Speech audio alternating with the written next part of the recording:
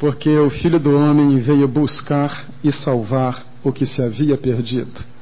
É a declaração de Jesus em Lucas 19:10. O texto para a mensagem desta noite está no livro de Atos, no capítulo 13, de 6 a 12. Hoje pela manhã eu falei sobre Saul, grande, mas pequeno. À noite vou falar sobre um vulto do Novo Testamento, pequeno, mas grande. Atos, capítulo 13, de 6 a 12. Queiram colocar-se em pé e abram a sua Bíblia neste texto.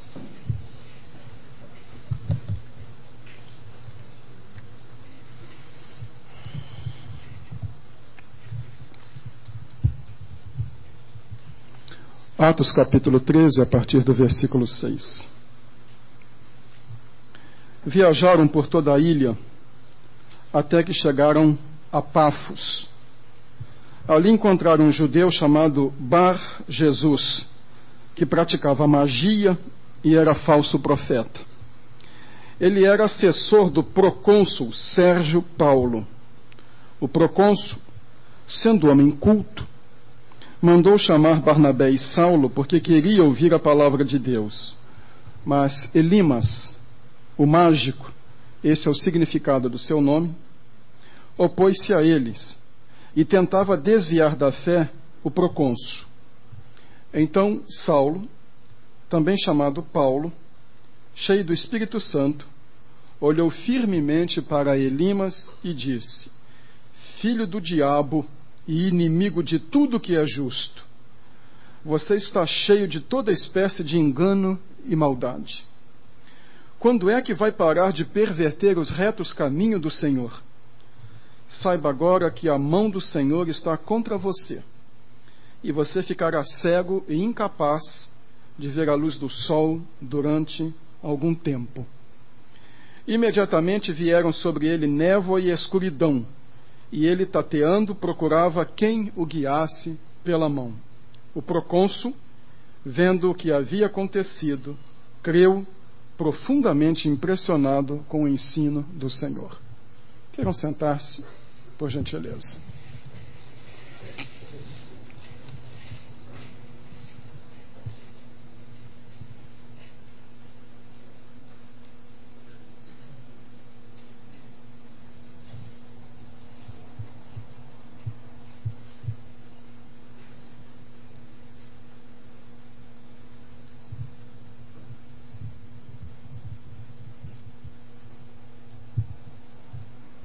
Sérgio Paulo é um vulto desconhecido, havendo apenas esta referência sobre ele nas Escrituras. O nome Paulo significa pequeno, e é aqui que Saulo é dito que também se chamava Paulo. Parece que Saulo, que é uma forma do nome Saul, sobre quem falamos hoje pela manhã, ao se dirigir ao mundo ocidental com o Evangelho, ocidentalizou o seu nome adotando uma pronúncia mais fácil.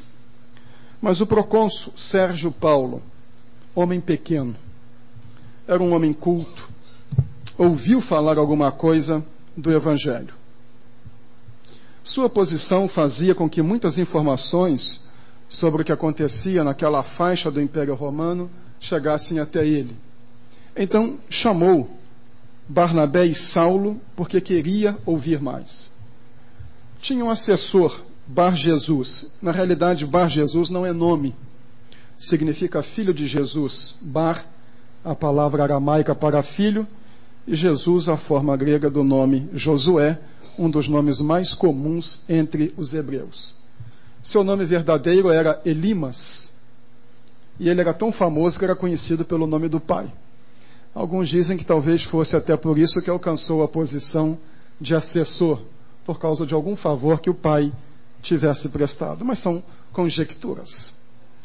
Mas este homem, cujo nome significa encantador, além de encantador, não que fosse charmoso, encantador por fazer encantamentos, trabalhar com magia, tentou desviar o procônsul Sérgio Paulo da verdade que Barnabé e Paulo estavam anunciando. E conseguiu irritar Paulo de Tarso.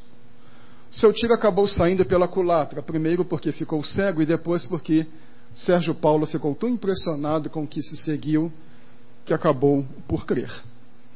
Eu vou deixar de lado a figura de Elimas, até porque não nos interessa muito. Sobre Saulo e Barnabé temos falado muitas vezes. Barnabé foi nosso assunto de domingo passado pela manhã. Mas quero falar sobre Sérgio Paulo, homem pequeno, mas que em oposição a Saul, que vimos hoje pela manhã, o mais alto de todos os hebreus, os mais altos depois dele lhe chegavam ao ombro, era um homem pequeno. Este é pequeno, mas é um homem que mostra grandeza na maneira de se relacionar com as coisas de Deus.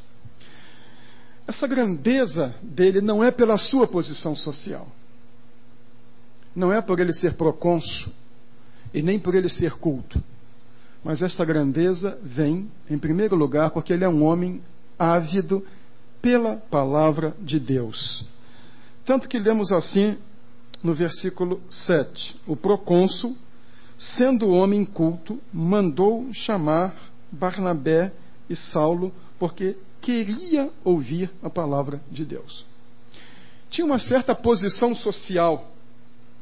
Imaginem um homem na sua posição social se preocupar em ouvir dois forasteiros hebreus chegados ali em Chipre, que não tinham nenhuma expressão para o Império Romano, que culturalmente não significavam nada e do ponto de vista de posição política nada acrescentaria à sua missão.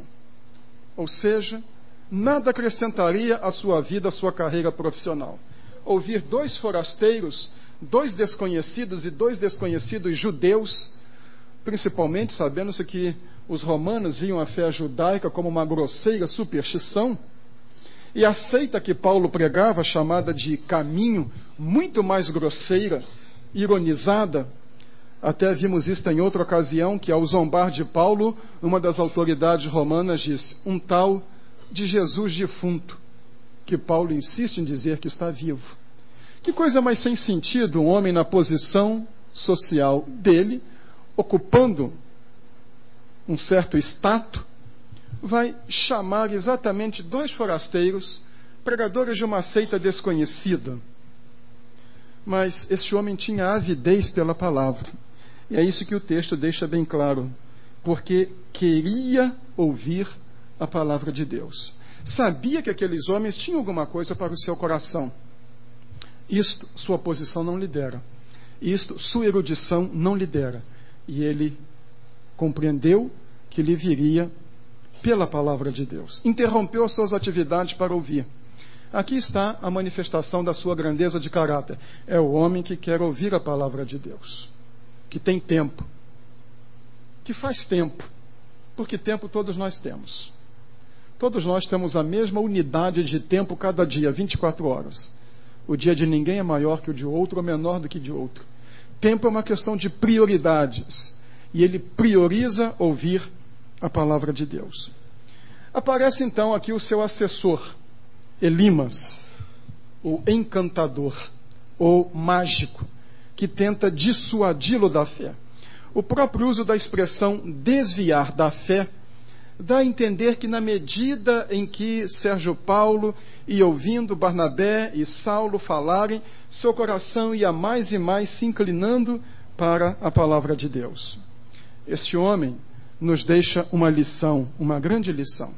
Não importa quem seja a pessoa, a posição social que tenha, a cultura que tenha. Ela é uma pessoa incompleta, vazia e carente se não tem conhecimento da palavra de Deus. A palavra de Deus preenche vazios que posição social não preenche. E ela sacia o coração de maneira que a erudição e conhecimentos seculares não podem saciar. Fome pela palavra de Deus, isso tornava um homem grande. Posição social não alimenta a alma, alimenta ego.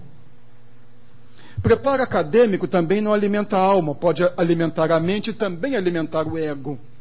Mas alimentar a alma, apenas a palavra de Deus. Ele quis ouvir e ouviu. A primeira lição deste homem, que o torna grande, é que ele compreendeu que havia alguma coisa fora dele que ele não possuía, que aqueles homens possuíam, que era a mensagem de Cristo, a palavra de Cristo, tirou o tempo, interrompeu as atividades e foi ouvi-lo. É grande o coração que se abre para a palavra de Deus. E a verdadeira grandeza espiritual não vem quando nós nos arrogamos atributos de bondade ou de espirituais ou de religiosidade. Nós fazemos isso com muita facilidade. Como eu sou bom, como eu sou virtuoso. Mas quando o coração se abre para a palavra de Deus. É curioso quantas vezes sou apresentado a uma pessoa e quando sou apresentado como pastor, a primeira coisa que a pessoa faz é levantar um muro entre nós dois. Então, para se defender, ela começa a listar a sua religiosidade. Sou uma pessoa religiosa, sou uma pessoa boa. Elogia em boca própria. Mas na medida em que chega a palavra de Deus, ela vai se fechando.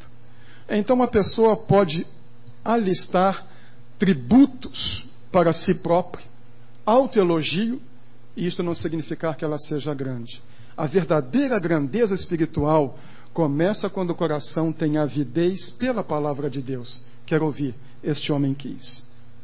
Em segundo lugar, a grandeza espiritual de Sérgio Paulo, depois da sua avidez pela palavra, surge porque ele tem um coração rendido ao poder de Deus. Podemos imaginar o nó na cabeça deste homem. Ele é romano.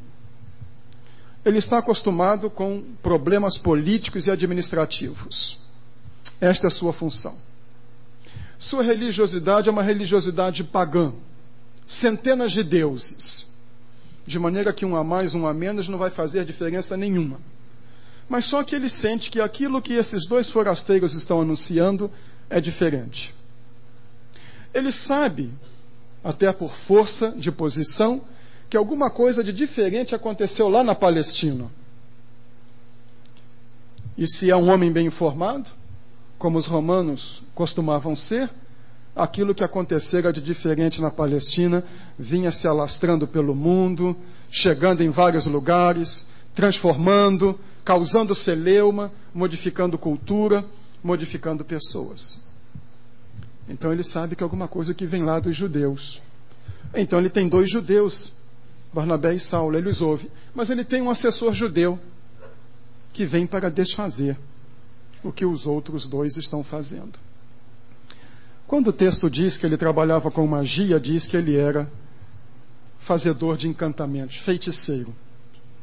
Barnabé e Saulo trabalhavam com a palavra. E aqui está uma diferença muito grande. As pessoas hoje parecem querer buscar sinais. Elas querem prodígios, elas querem magia, mas não querem a palavra. Então muitas pessoas vão atrás de alguém que vai revelar alguma coisa da sua vida. Desculpem essa referência pessoal. Não interpretem mal. Também não estou ironizando, nem sarcastizando. Mas eu fui criado no Espiritismo, não no Evangelho. E me lembro quando minha mãe me levava na infância e na adolescência aos centros espíritas, nós tínhamos sinais. Nós víamos atos mágicos e poderosos. Vimos profecias. Gente que revelava o que ia acontecer na vida dos outros. Gente que revelava coisas que estavam acontecendo naquela hora. Eu nunca me esqueci, eu tinha 13 anos e fui com um primo, que hoje é pastor, no interior do estado do Rio. Também converteu-se, também é pastor. Nós fomos ao cemitério de Inhaúma. Era o bairro em que nós morávamos.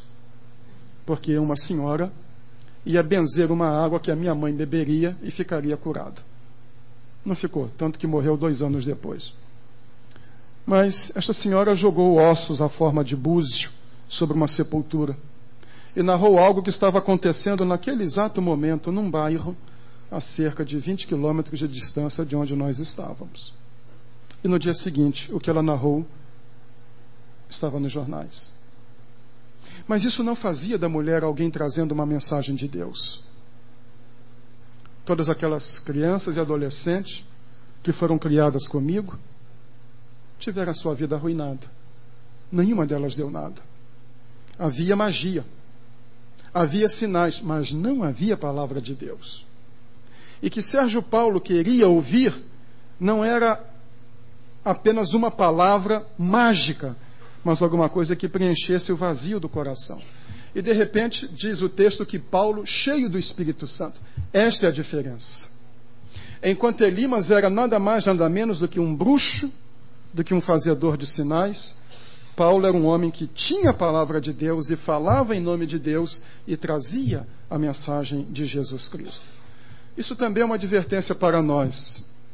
Atrás de que nós estamos? De atos, de sinais, de prodígios, ou temos fome da palavra de Deus? Ou queremos aprender de Deus? Podemos, num desses casos, ser manipulados por pessoas, mas nunca seremos manipulados pela palavra e pelo Espírito Santo de Deus. Diz-nos ainda o texto que Sérgio Paulo, quando viu o que Paulo de Tarso declarou, creu. Agora ele tem fatos. Ele vê o poder de Deus. Esta é a beleza do cristianismo. O cristianismo não são ideias. O cristianismo não são conceitos. O cristianismo são fatos. No boletim de domingo passado, eu comentei um artigo que saiu em um jornal aqui de Campinas, em que uma das pessoas, articulista no jornal, dizia que 2004 será um ano regido por Iemanjá. Então será um ano de prosperidade econômica. E eu disse, gente, se Iemanjá desse prosperidade econômica, a África seria uma potência financeira. E citei a frase de João Saldanha: se macumba valesse alguma coisa, campeonato baiano terminava empatado. O Bahia corre até o risco de ir para a segunda divisão. Mas nós não cremos em ideias, em conceitos. Nós cremos numa pessoa histórica. Esta é a beleza do Evangelho. Isso eu não canso de dizer. E isso me enche o coração de júbilo. Nós cremos num homem que nasceu num lugar obscuro, numa época atrasada, que não frequentou grandes escolas, que não deixou uma linha sequer escrita, que escolheu 12 seguidores de uma camada social baixa. Desses 12, um vendeu, um outro seguiu de longe, e os outros 10 simplesmente, num português bonito, escafederam-se, e para outros deram no pé. E morre. Mas um fracassado, mais um, tantos fracassados. Mas este homem, que nunca fez uma viagem de mais de 300 quilômetros de distância, e que nunca pôs os pés no exterior, e nasceu no terceiro mundo da época, dividiu o mundo para todo sempre em antes dele e depois dele. E neste mês, o mundo inteiro comemora o seu nascimento. Já viram o mundo parar para comemorar o aniversário de Karl Marx? Já viram o mundo parar para comemorar o nascimento de Sigmund Freud? Já viram o mundo parar para comemorar o nascimento de qualquer outro vulto? Mas este é o maior dos vultos da história. Nós não chamamos as pessoas para crerem em sinais, em manipulação, em conceitos, em ideias, mas numa pessoa: Jesus Cristo. Ele é o poder de Deus, não Elimas. Jesus é a manifestação do poder de Deus. E aqui Sérgio Paulo se torna grande, porque ele se rende ao poder de Deus, reconhece a verdade e vê os fatos. E esta é uma pergunta que eu queria também lhe fazer. O que é que você deseja? Mágica ou verdade? Sinais ou palavra? Poder humano ou poder de Deus? A grandeza dele aparece em terceiro lugar, porque ele é um homem que se impressiona com o ensino do Senhor. Não apenas com o poder, mas com o ensino. O que indica que ele quis continuar. Versículo 12. O procônsul, vendo o que havia acontecido, creu, profundamente impressionado com o ensino do Senhor. Ele não ficou ali, ele aprofundou-se, ele viu a doutrina, ele viu o ensino, ele quis o ensino. Buscou mais. Não era fogo de palha. Há pessoas que ficam na superfície. Elas ouvem falar e se contentam. Aquilo que elas ouvirem é bastante. Eventualmente elas vão à igreja. Quando a coisa aperta muito e fica muito feio, vamos à igreja. Precisamos de uma recarga espiritual, então com aquilo ali a gente tem uma energia para aguentar mais 2 meses. Ou então orem por mim. Mas este homem compreendeu que render-se ao poder de Deus não era o ponto final, mas o ponto de partida. E queria mais, aprofundar-se, ir além. Há pessoas nas igrejas que estacionam. Elas são hoje o que eram há 10 anos atrás. Elas não mudaram em nada. Elas continuam engatinhando espiritualmente. São eternas crianças que nunca amadureceram e nem se aprofundaram. Há também pessoas que se decidem, elas vão a um culto, ouvem, gostam, entendem e se decidem, mas param aí. Isso também não resolve muito. Lembro-me de uma frase de Mark Twain que disse assim: parar de fumar é muito fácil. Eu mesmo já parei mais de 20 vezes. Ou seja, ele nunca parou. Ou seja, decidir-se é muito fácil. Há pessoas que se decidem até 20 vezes, mas não tem continuidade. Consagrar a vida é muito fácil. Vamos à frente num apelo, mas fica aí. Ela pode ir a 20 apelos, 20 vezes à frente, mas isso nunca vai mudar substancialmente a sua vida. Levanta a mão, vai à frente, entrega a vida a Cristo, desaparece, depois volta, refaz a decisão. Converter-se, vamos usar esta expressão, é fácil. Consagrar a vida, vamos usar esta expressão, é fácil. Manter-se firme no ensino do Senhor é mais difícil. Não basta dar o primeiro passo, é preciso continuar. Ao falar hoje pela manhã sobre Saul, eu disse naquelas 5 marcas negativas da sua vida, que Saul tinha iniciativa, mas não tinha acabativa. Seu início foi fulminante e arrasador, e daí para baixo, daí para frente, foi apenas descer a ladeira, sem breque, completamente descontrolado. Não é muito difícil a pessoa afirmar um propósito e esquecer-se dele, tomar uma decisão e deixá-la de lado. Mas este homem mostra a sua grandeza, porque tendo visto, creu, comprometeu-se e continuou na busca do ensino. A grandeza espiritual vem pela nossa constância. A grandeza espiritual se manifesta numa fidelidade. É isto que eu quero, e não apenas hoje, mas eu quero para sempre. E eu quero não apenas nesta circunstância, mas eu quero em todos os momentos da minha vida. Quando nós estamos mal e nos sentimos afundar, então qualquer boia que nos lancem serve. Então se aparecer um salva-vidas, eu me agarro. Mas tirado dali, é isto que eu quero. É isto que eu vou seguir. De Sérgio Paulo, não há mais nenhuma informação bíblica, mas há indícios na história da igreja, não nominalmente dele, mas de um alto oficial do Império Romano, que tendo ouvido Barnabé e Saulo, teve uma experiência de conversão em Chipre e ali professou a sua fé. Não basta apenas entusiasmar-se, não basta apenas ficar admirado e impressionado. É preciso aceitar, internalizar, assumir o compromisso e permanecer na fé. Mas vamos ao final. Agora vamos deixar Paulo e Barnabé de lado.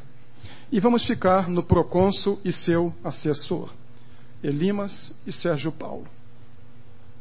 Terminado o encontro com os 2 pregadores do Evangelho, os 2 saem em situação diferente. Elimas sai cego. Sérgio Paulo sai vendo. Não apenas vendo com esses olhos, mas vendo com os olhos do coração. Vendo com os olhos da alma. Um saiu cego fisicamente, porque se opôs a Deus e foi punido. O outro saiu com visão espiritual, porque abriu o coração para Deus. Não sou ninguém para rogar praga e nem faria isso, mas um sai amaldiçoado, o outro sai abençoado. Um sai precisando ser guiado. Inclusive o texto bíblico diz que Sérgio Paulo precisou e saiu procurando por alguém que o guiasse. O outro não. O outro saiu dali com compreensão da vida. Sabia agora que a vida tinha sentido. Agora estava fortalecido para conduzir a sua própria vida. E se alguém viesse a guiá-lo daí para frente, não seria um farsante, seria o Espírito Santo, que também viria para a sua vida. Seria a pessoa de Jesus Cristo, que seria o norte da sua vida. D. Elimas e Sérgio Paulo, na forma como os dois chegaram, ouviram e saíram, nós temos um emblema das atitudes das pessoas para com a palavra de Deus. Elas podem ouvir a mesma mensagem, os mesmos pregadores. Uma pode sair com a vida transformada e cheia de sentido, e outro pode sair dali com acusação sobre os seus ombros. São as palavras de Jesus: aquele que ouve e o confessa, ele confessará diante do Pai que está nos céus. Aquele que ouve e o nega, ele o negará diante do Pai que está nos céus. De Elimas ou Bar Jesus, não sabemos mais nada, a não ser que, ouvindo e se opondo, recebeu a sua paga. De Sérgio Paulo, o homem cujo nome significa pequeno, vemos que teve a grandeza espiritual para abrir o coração para a pregação do Evangelho. Creu, e a vida nunca mais foi a mesma. Se você não ouvir, não vai sair daqui cego. Não vai sair daqui precisando que alguém o conduza. Mas se você ouvir e não abrir o coração, a sua vida será grandemente prejudicada. Seus olhos espirituais, sim, estarão no escuro e em trevas. Mas se você abrir o coração como Sérgio Paulo, você descobrirá a diferença que o Evangelho faz. Uma vida rendida a Cristo nunca mais é a mesma vida, é outra completamente, porque a presença de Jesus muda a vida da pessoa para todo sempre. Deixe que Jesus mude a sua vida e não feche os olhos e não se auto-segue para o Evangelho. Abra o seu coração, reconheça o poder de Deus, busque o ensino da palavra de Deus e você verá que a vida com Cristo nos torna espiritualmente grandes para viver e para nos portarmos até o dia final. Nós vamos adorar a Deus com o cântico do hino que está no nosso boletim.